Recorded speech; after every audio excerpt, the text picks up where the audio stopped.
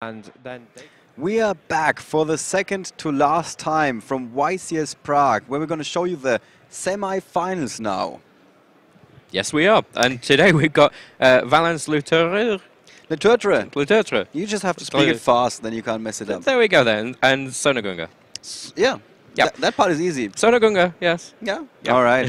Those two guys. Sona is playing Nekroz, like many of the veteran players. Yes. In fact, Sona is one of the veteran players. He reached the tops of quite a few events before this one.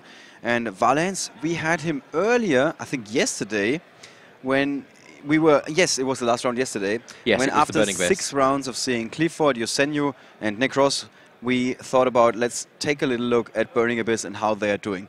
And Valens is the one Burning Abyss player that went all the way to the semi-finals. Yes, he is now in the top 4. Yeah. Definitely. And either when you're a fan of Burning Abyss or whether you're a fan of France, you should be rooting for him. Definitely. These are the two options here. It's actually quite interesting little bits of choices that they've got for each of the decks. I mean, Valens, as we saw yesterday, makes some interesting choices in plays anyway. Absolutely. Now, it seems that Sona understands that his deck will probably go to time, and he is actually running Mystic Wok in his side deck. The last 2 matches that we had on the stream were all decided by the timeout rule, and Mystic Wok could make such a big difference when your opponent thinks, okay, he's not going to do any more damage, I'm sitting behind a Valkyros in case your opponent is a Nekroz player, and suddenly you flip that back row card, it's a Mystic Wok, and you're just realizing, oh my god, it's all over. Yeah.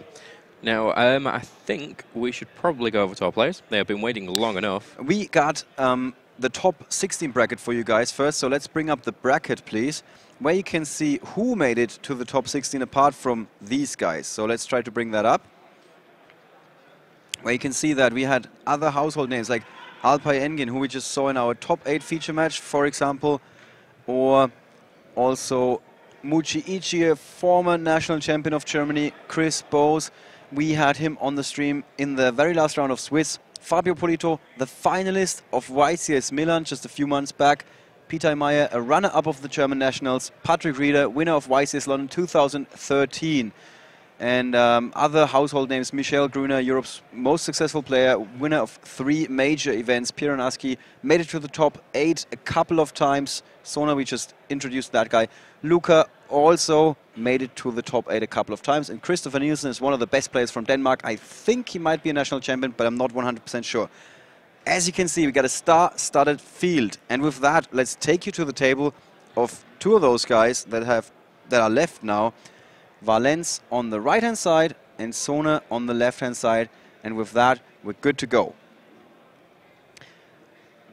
Sona is kicking things off with a Manchu of the 10,000 hands. He's got a second copy in his hand. One of the most important cards in the deck, in the Nekroz deck, allowing him to search for whatever he desires. And here he goes, searching away, and there's the Bryonic, which he is immediately putting straight into the graveyard to search again.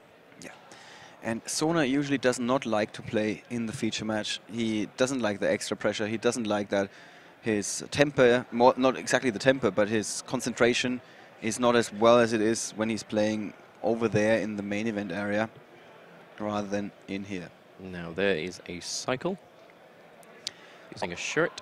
Also, in case, if you're wondering why is Sona going for the one combo and not the other, where he might actually pass with a field rather than passing without a field, which is the usual move when you don't want to risk a Trishula from your opponent.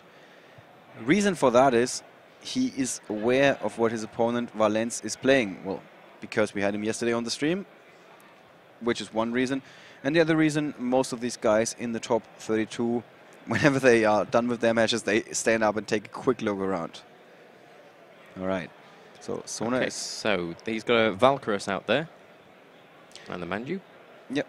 He's fetched Bryonic with shirt. And there is the cut. Because Sona is about... probably about to pass play, or is he going to... Would you be activating Valkyros? I think definitely, right? Just to get rid of Manu. Yeah, then he can get himself at least to get rid of Manu and put some more cards into his hand.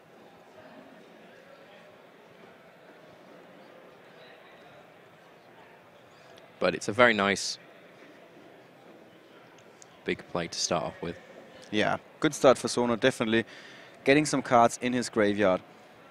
And let's take a look at the hand of Valens, who has a Seer, a Libic, a Fire Lake of the Burning Abyss, Tour Guide, and the Mind Crush. He actually has a very, very good hand. Yeah, much, much better than what we saw yesterday when he was left with quite a few hands that weren't that amazing. And I think yesterday another big factor was the fact that they had been playing for like 8 hours. Yeah. Or even longer. And his concentration wasn't really up on par, because we saw 1 or 2 questionable plays in that round 7 feature match, which you can check out, by the way, if you go to the past broadcast section on Twitch. All right, let's go back to Sona, who did indeed tribute both of his monsters on the field to draw 2 more cards, and those are the Dance Princess and the Nekroz of Güngör. Now that clears his hand, allowing him to use his Nekroz ritual card to summon, to bring another ritual card to hand. He brings the Kaleidoscope and brings out the Unicorn. And now he can search for another ritual card. It just can either be a spell or a monster. Yeah, and this time Sona is going up on cards in his hand. This is one of the moves that can net you a little bit of an advantage, put you a little bit ahead. And every inch counts in these matches. When you're at this stage in the tournament where only a few are surviving and they need to play at the top of their game. Now, here we are. Sona has played this perfectly, shut down any sort of extra deck plays that will come from Valens. And as we know, Burning Abyss love to use extra deck cards. Yeah, Dante is a thing. Dante is a thing. Although yesterday, interestingly enough, Valens was playing Dante, and then he was able to bring out another rank 3 Exceed monster. He was playing Mechwhip Engineer, I believe. Yes, and we weren't quite certain if that was the right choice in that situation. But today is a different story. It's a new day, new chance for Valens. And let's see what he's going to be able to do here. So Sona with the Nekroz of Güngör on the field. Let's bring that guy up for you. It's the level 4 monster of the Nekroz archetype. Or level 4 ritual monster. And as it says, the last line on there is really what matters when it's on the field. Which is negate the effect face-up monsters on the field that were special summoned from the extra deck. Yes. Also, this card was a little bit deciding or the reason for some controversy earlier today when we had Seb Dang in our round 9 feature match going up with Shadow against Temis Gützis from Greece. And with 3 level 4 monsters on the field, Temis went for the wrong 2 to put together a Gagaga Cowboy. Shoot for game, but it wasn't shooting for game because Güngör was still on the field. But Seb had conceded anyway. He was aware that even with that mess up, there was nothing that he could do. All right, let's take a look at Valens' hand here. He starts, not surprisingly, with the Tour Guide and the graph. Yes, and here he can overlay. It is up to him. And let's take another look at Sona's hand. He's got nothing to respond. He's going to be forced to watch his opponent unleash the combos of the Burning Abyss. Now, because it's a cost to send the cards to the graveyard, he can still do that. Now, Graph is going to activate. Unfortunately, he didn't hit anything with that effect there. He hit a second Graph, but that's not going to help him. And is Dante the right choice here? To start, if you really want to start getting off your...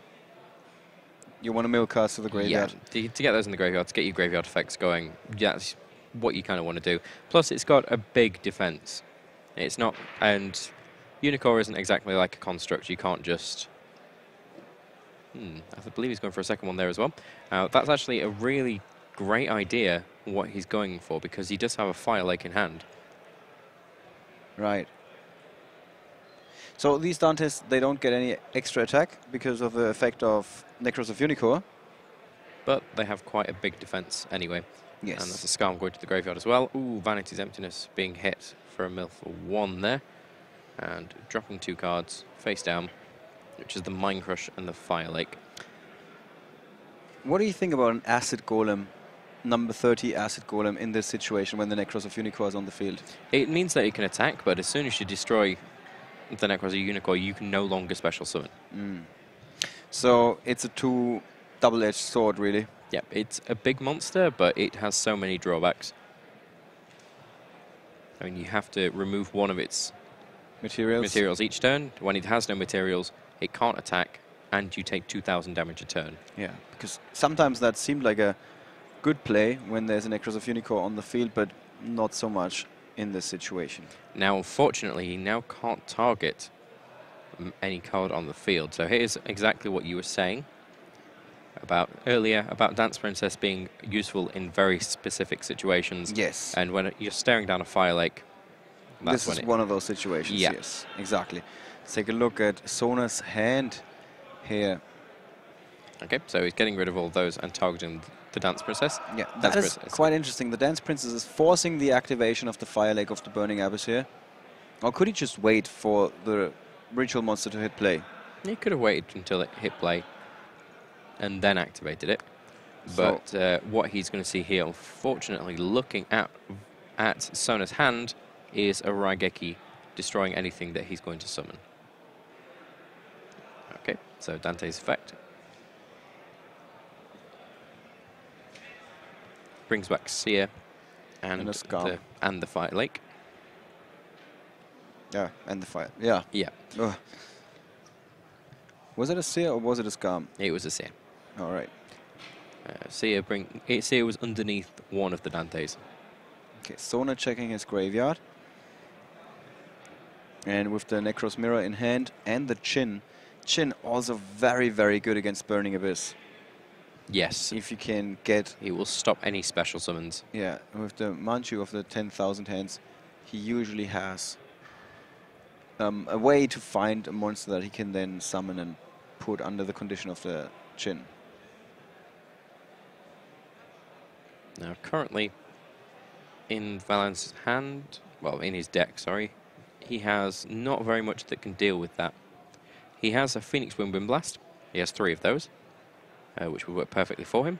There's a Trishula for Sona, searching for that card. The boss monster, so to speak, of the Nekroz archetype. Now, I think he's going to wait until the card is actually activated, the ritual monster, sorry, the ritual card, to be able to summon that monster before Mind Crush is going to be activated. So, yeah, there it is. And that's going to be declaring the Trishula. Yeah. Very, very good counter from Valens to get rid of Trishula and deny his opponent the ritual summon. And he also gets a quick glimpse at Sona's hand. I think he doesn't when he is actually discarding something. So no additional advantage. Yes, he will be looking at his hand. Oh, just briefly, right? Yeah, he gets to look at his hand to make sure that there is no other card in the hand that is the same. Yep. Thinking about attacking with Unicorn, but realizing he can't, just passes. All right, and back to Valens, who is sitting in a pretty good position, really. Yes, he's in a very good position right now. And this time going with the tour guide first to thin out the deck and then playing the Upstart Goblin. That is, in this situation, definitely the right line of plays. Yep, basically the reason why people like to use search effects before they use the Upstart Goblin is just in case they end up drawing into the card that they were trying to get.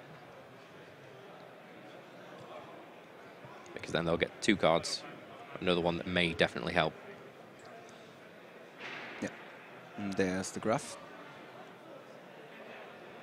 Together with tour guide. That could be... That means possibly the 3rd Dante in this game and also the last Dante for the time being. It is very possible. He does have a Fire Lake of the Burning Abyss there.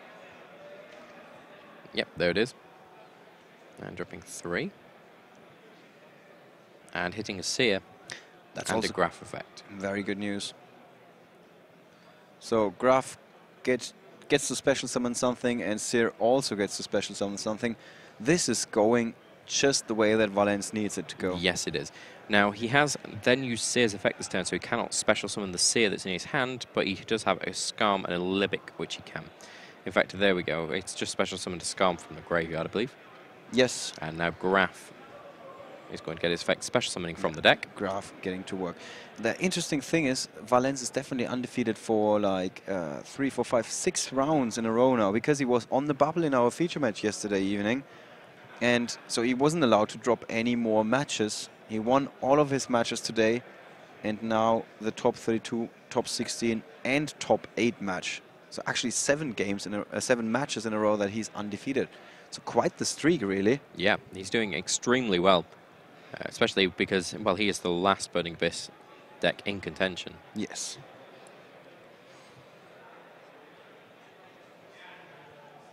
Okay, he summoned a Seer with Seer's effect. No, sorry, with Graph's effect.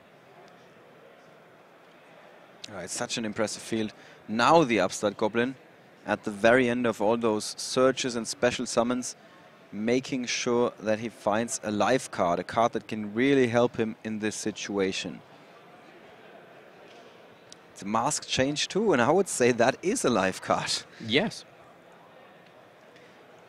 Which you could vote on, in fact, on our little poll on the written coverage, where we asked you what's your favorite card in that particular set. In the Hero Strike structure deck there.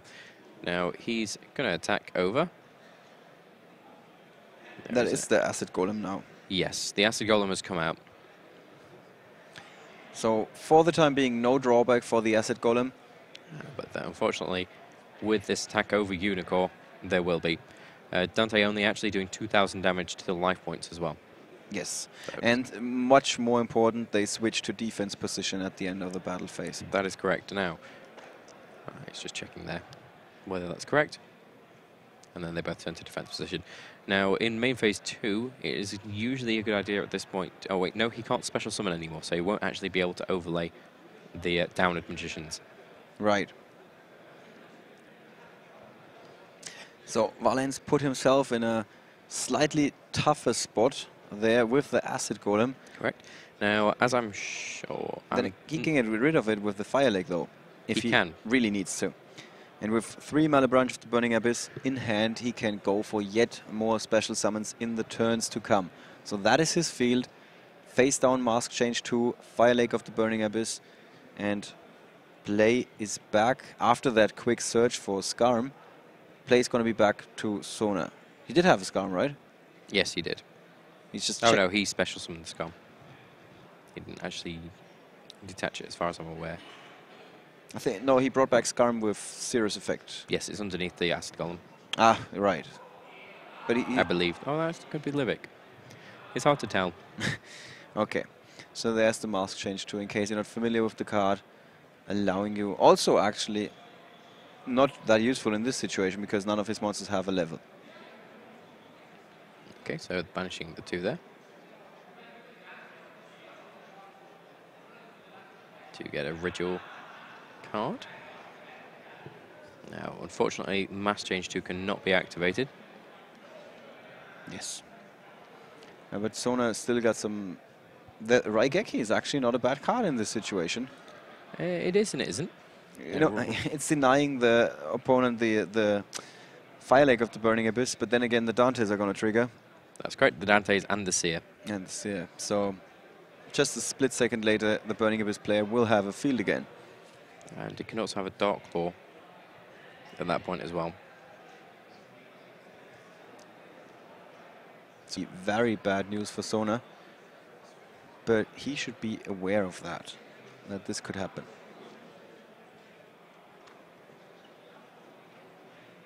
He found the Nekroz Mirror. And so far, much improved game from Valens Leteutre. Yes. Compared to yesterday. So he really... I guess maybe he watched his game again or made sure that he was sleeping well tonight, so he's coming at the top of his game, very focused, and you can tell this is a different person than who we had yesterday in our round 7 feature match. Now, something he could definitely go for here. No, he did go for, I believe that's Unicorn? That's Unicorn, yes. Yeah. Nekroz from Einhorn, the German version.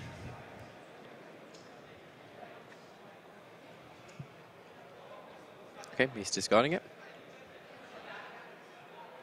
he's getting Trishula back. And Sona ditched the feature match for a very long time. Now he's a little bit nervous sitting there, but so far, it's not like he hasn't been going up against some of the all-time greats in this tournament. Now he is going to... Nekroz of Unicorn. He could then overlay. It is up to himself. He does have the Nekroz Mirror and the Jin Releaser of Rituals.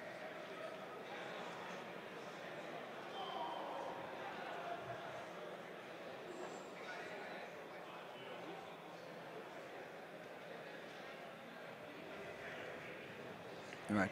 And Sona still gets a surge, right? He should do. Oh, that's Valens' priority. Basically, he's thinking whether to respond to that, I think.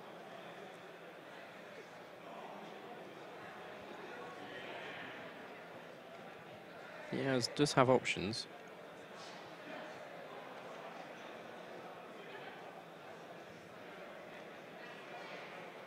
There is the Fire Lake, and two Dantes bite the dust. Interestingly enough, he doesn't target his own Acid Golem as far as I can tell. The Acid Golem is currently negated. At the moment, because of the Unicorn. Yeah. But the Fire Lake is going to destroy the Unicorn, isn't it? Well, the thing is, he's still going to be able to drop the Seer from it at one point. I'm not sure if he... Because is he running... No, he's just running Dark Claw. He's not running any others. I mean, he would be able to use Mass Change 2 on it anyway. Very interesting. So, yes, he activates the Fire Lake. Sona is losing his field. Acid Golem is hanging around. Valens doesn't want to get rid of it just yet. With 3000 attack, it is a very formidable contender, allowing him to stop anything that Sona is going to throw in his way. Although, keep in mind, Sona still has Raigeki, a card that came back from the Forbidden List after 7 years. Yes, it was in the first set printed in. First original 9 or 10 cards that have been forbidden. And now, after all those years, Raigeki is back. 2004 was the first forbidden and limited list in Europe.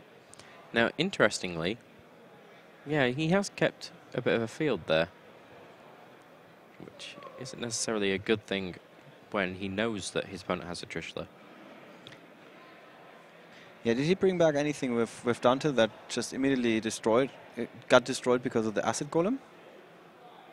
Or did he just not at all bring anything back? Dante actually just brings back to hand. To hand, so... Yep, so he's a Fire Lake, a Burning Abyss, and I believe a Graph as well. Let's take a look at his hand. There we go. Fire Lake and the Graph, yes. So he returned those to hand. And there's a Nekroz, a Güngör. Nekroz Güngör. That's what some people would say. Sona's favorite card.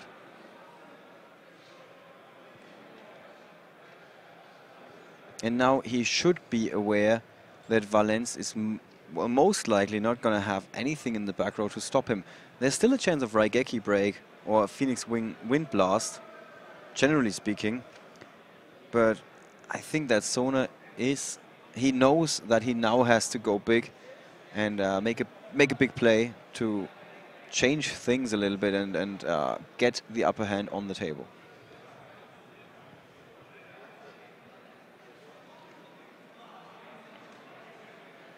All right, so there's a Nekroz Mirror.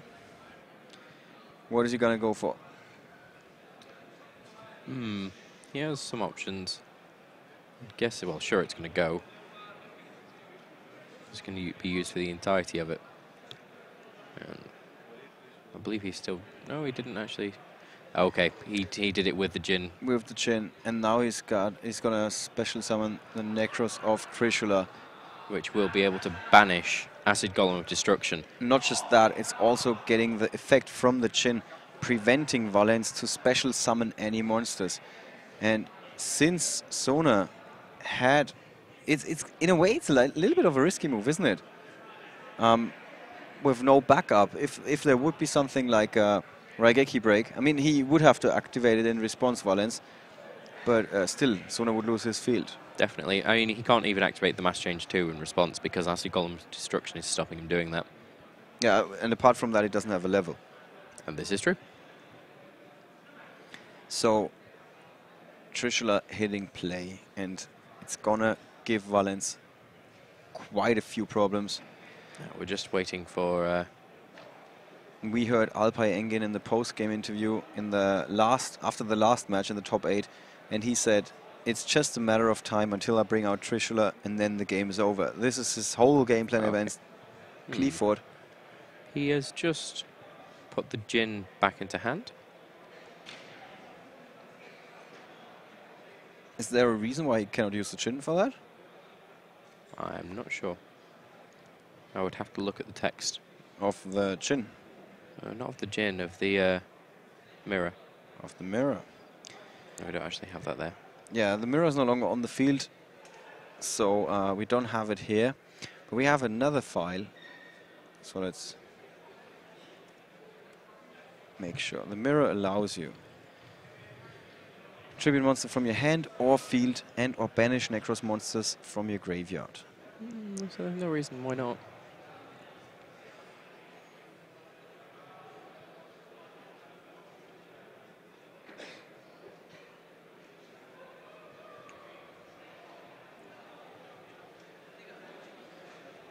Okay. Seer went to the graveyard, so Graf is being special summoned. Now Darklaw is available. Yeah, suddenly he's got an option. Fortunately, it's not an option that's going to last for very long because there is a Raigeki right there in the hand.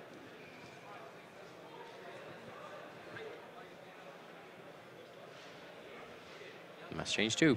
Yes, that will get him the law. He is the law, the Dark Law. I believe that's the Livic that he's dropping there. Yes. And there we have him. The masked hero, Dark Law. Okay, so Nekroz cycle using the Jin there.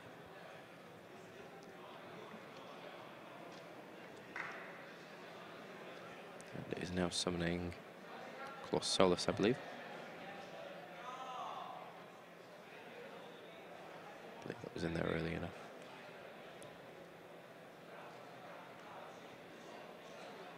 Ooh, but just checking, and he did banish it.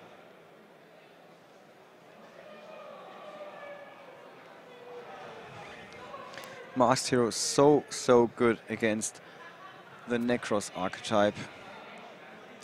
So It is not, but not in this situation because there isn't actually a search going off. yeah. Also, so the Jin was not used for the ritual summon No, it does not seem to be that way. because otherwise there would not be special summons, right? That's correct. Also, our app is a little bit confused here with the Jin being shown as a card in Sona's hand. Okay. Well, maybe it is still in his hand. Yeah, but it doesn't look like he has a legal target to be able to use it currently.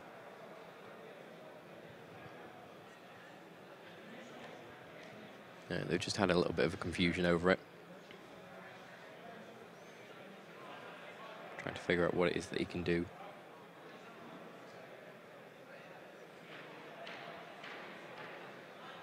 So yes, there is a small discussion, short discussion at the table with our table judge and the head judge. He has actually just put his hand onto the table as well, showing his opponent his hand.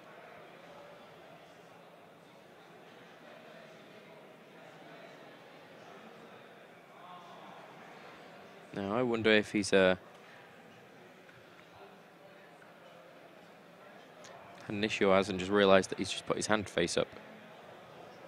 Well, I'm pretty certain he didn't do that by accident. So there must be a good reason for that. And Sona is explaining, I think he was explaining to the judge what he was thinking he was doing, and there might be a misunderstanding between what the judge thought was happening and what Sona announced was happening. Okay. He's just actually speaking to the head judge there. Yeah. So our table judge, or one of our table judges, in fact we doubled the numbers, is now talking to the head judge, and Sona revealing his hand that you can see on the top or on the right hand side if you're not familiar with the artworks. Güngör, Nekroz cycle, chin release of rituals, and Raigeki. Now, I do believe that they may have actually gone to go and fetch. Yeah, both players are now waiting for the ruling from a judge. The interesting thing in a way is that they're both biding their time, so there must have either been an appeal or a rules question or something. It does look like there's an appeals question there. Yeah. And still, surprising that Sona goes for, this is my hand. He just puts it on the field. Maybe he's trying to tell Valens, it doesn't matter what you do, I'm going to do this and this and this. This is usually why you drop your hand. Generally, yeah. All right, so misunderstanding here. Maybe also something that has to do with the different languages that these guys are speaking. Sona able to speak German, English and Turkish, and Valens definitely French. His English is fair, I think. Yes, as far as I'm aware.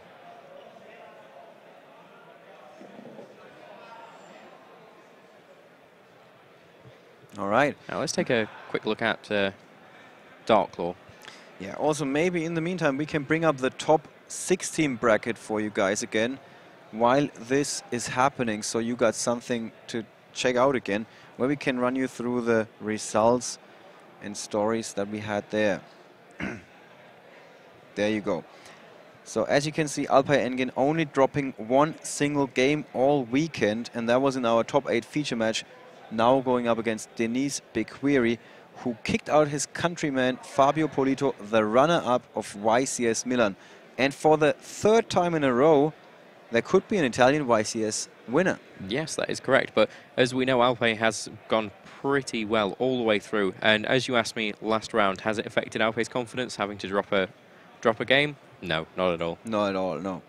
And on the upper right, you see how Valens Leteutre found his way to the semi-finals, going over both Tadej Sinrai and then Piran Aski, who kicked out Europe's most successful player, Michel Gruner, in the top 16.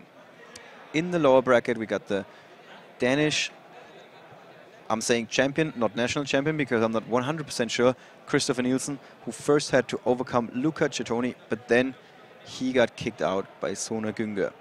Let's take you back to the table where the judges are about to make a ruling. It looks like we have bought our French judge, Mathieu Yes, Delmas. so there's a very high chance that it's a communication error with these two players, which only happens at European events, really. Yeah, generally. It's not something you get a lot at American events, because the majority will just all speak English. Yes. You sometimes have that at the World Championship, where it gets a little bit confusing with so many different languages. Yeah. Now, as we said, looking at Darklaw, brand new card. Now, came out in the Hero Strike structure deck.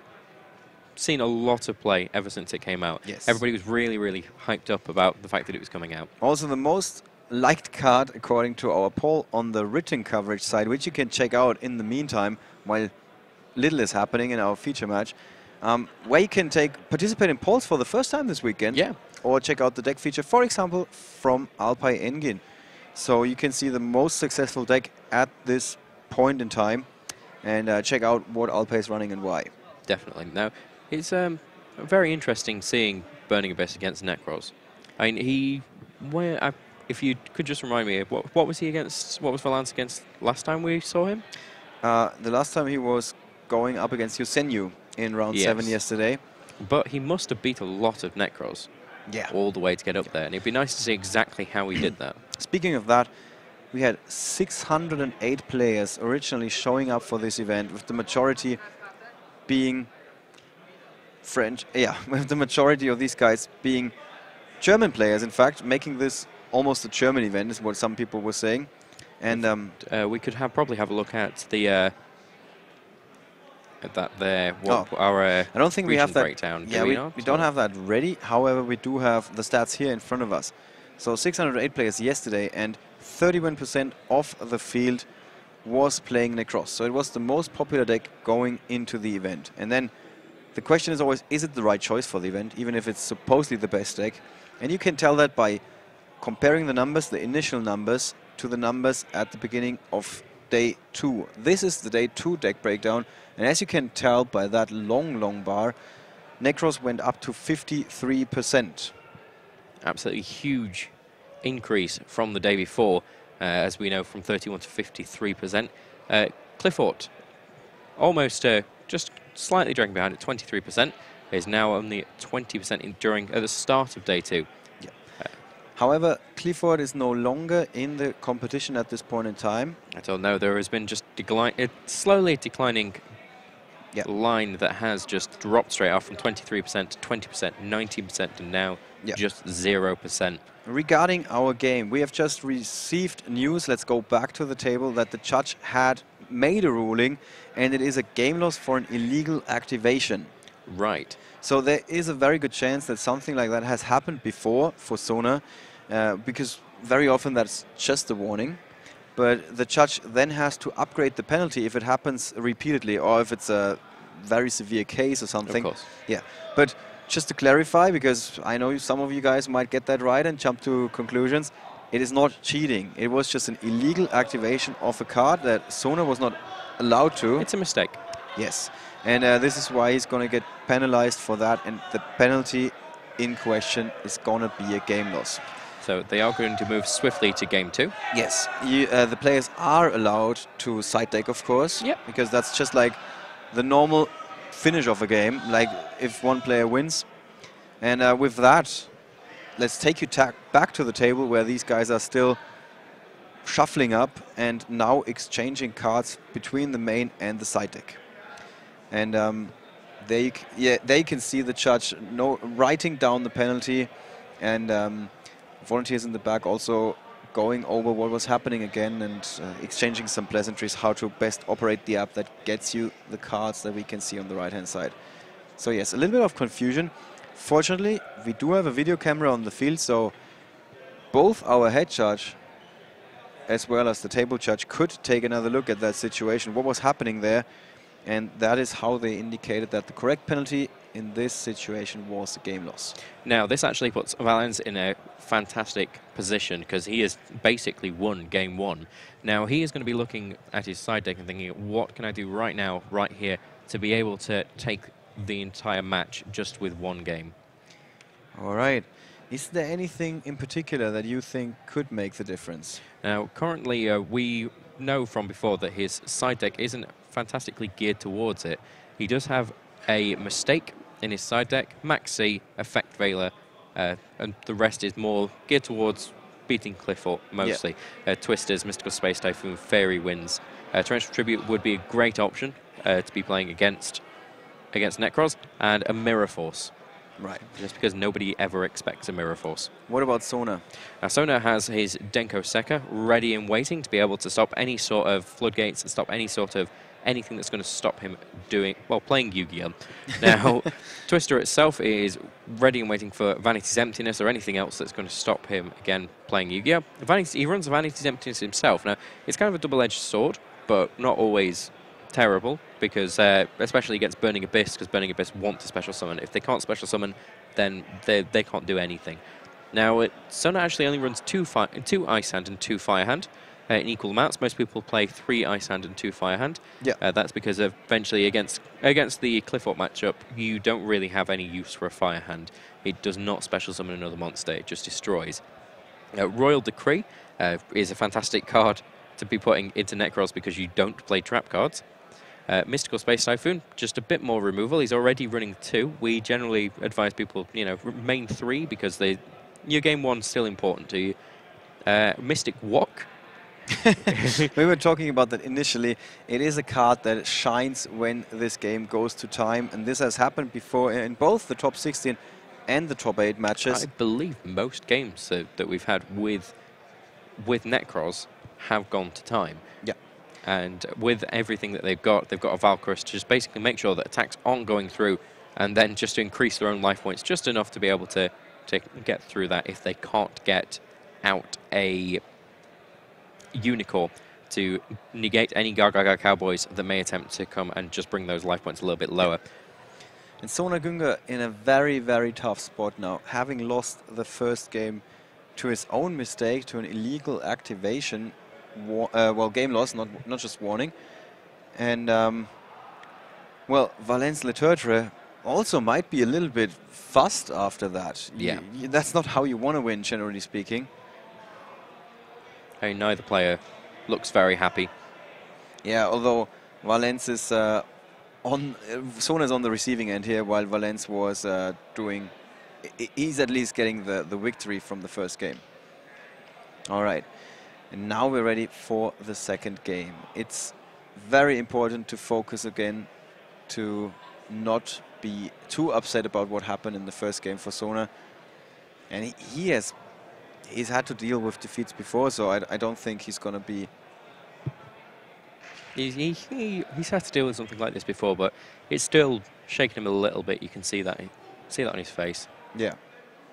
And then his confidence is going to be a little bit more hurt, and it's all going towards Valens to really kind of take advantage of the situation.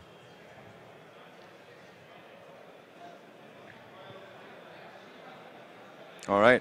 So here we have the hands for the second game.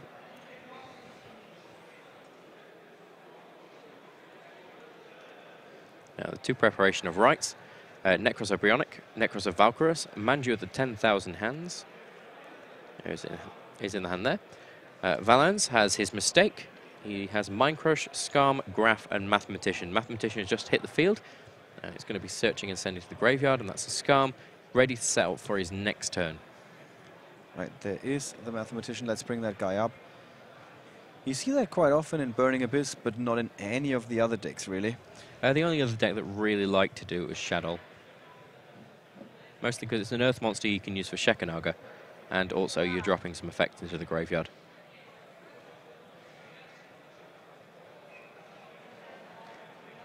And of course, when it's destroyed by battle, you're drawing a card, which is always a plus.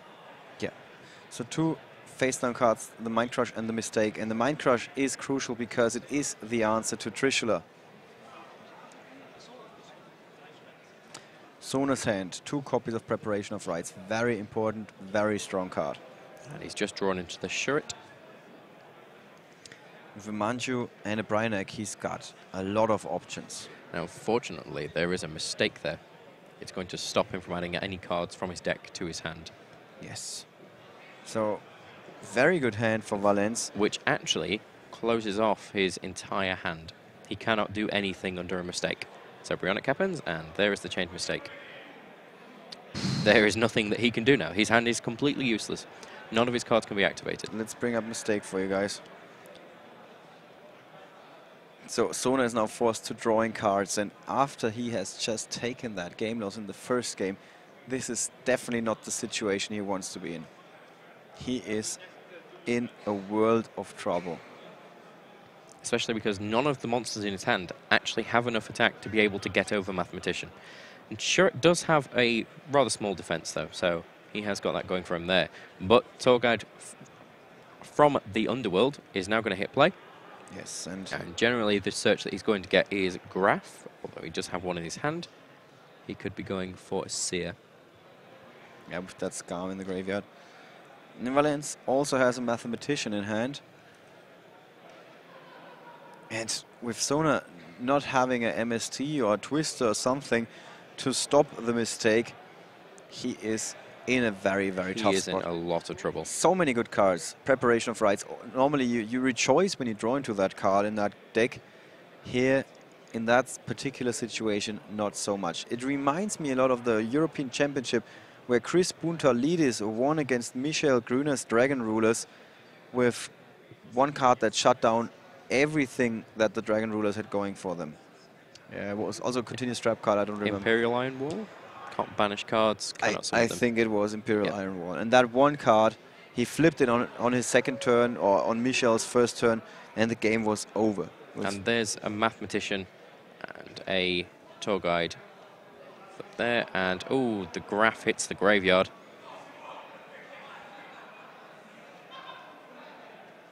And that is a Farfa. Farfa, yeah. When Farfa is sent to the graveyard, it can banish a monster on the field until the end phase. There's the attack. And sure, it is definitely going to the graveyard at this point.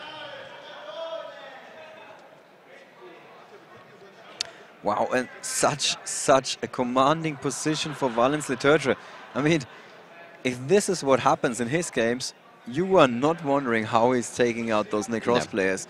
That mistake is such a crucial card. And 2 attacks connecting. Sona Güngör falling down to, what is it, roughly 5,000 life points, I would say. It's 1,000 he takes and 1,600, so he's in 5-4. And there's the mech-equipped engineer. Yes, the mech-equipped engineer that we were talking about yesterday, where we weren't quite sure if it was the best play. Very different situation now. Sona draws, and this is the card that needs to make the difference. I believe it's a Vanity's Emptiness. It is a great card, but unfortunately right now not helping him. Not in that situation at all. So he now has a Manchu of the 10,000 hands. He does have a Valkyros in hand. Yeah, and the Valkyros can... It's going to stop an attack. Buy him another turn, but... And there's another tour guide. That's all it does. And there we go. It's just hitting the field, and then Vanity... Ooh, hello. He's not actually... So Sona is saving the Vanity's Emptiness, because this turn he's going to stop his opponent's Exy summon. He's got to stop his opponent from doing any damage anyway. Yep, but you could also stop the Exy summon there. He really doesn't want to have the entire field flooded, unless he's just waiting for a Raigeki. Yeah, but at the same time, so if Sona would activate the Vanity's Emptiness at this point in time, he would lock himself out of the game. This is also true. So he needs to wait for one more turn with the Valkyros, buy himself some time. Now Valens can go crazy for the 4th time in this match. Overlaying. Oh, into Alucard and then just destroying. The Vanity's Emptiness. Ah, that hurts Sona so much. Yesterday we weren't quite sure whether Valens was bringing out the correct Exceed monsters. Today there is no question about it. Exactly. We can see why he's been doing it now. I mean, at the point that he was bringing them out, he didn't seem to have anywhere to go from it. Now, what has Sona drawn? Yeah. This is his destiny draw. Sona Güngör needs something right now. He's got 2 preparation of rights, a Manju of the 10,000 hands, and the card he drew... It's a Dance Princess. Is a Dance Princess. What is the Dance Princess going to do here? Okay, it doesn't have... Valens takes a close look at Sona's graveyard with the Mind Crush in his back row, being able to activate it, but Dance Princess... Dance Princess doesn't actually search it. It just has a 1600 attack. It's just a 1600... Oh, unless he's bluffing a decisive armor. Yeah, but what does he gain by bluffing the decisive armor? Not much. Again. So he just passes play with the Dance Princess. Yeah, that is the bluff of the decisive armor. And he's just banished that. And I do believe that that's game. That is... There's Mind a Mind Crush to Crush see his hand. for the Valkyros. Yeah, he names Valkyros for the Mind Crush, I would presume. So even if Sona would have a second copy, nothing he could do here. And Valens Leteutre taking Burning Abyss to the finals. Valens just getting everything that he needed. And that mistake on the first turn was exactly when he definitely needed it. Yes. And what a surprising victory for Valens Leteutre. I mean, the way how it came all together. In the first game, there was an illegal activation by Sona, and he did that before in this tournament. And the deciding factor was that Valens had revealed one of his cards when he was activating the card. Yeah.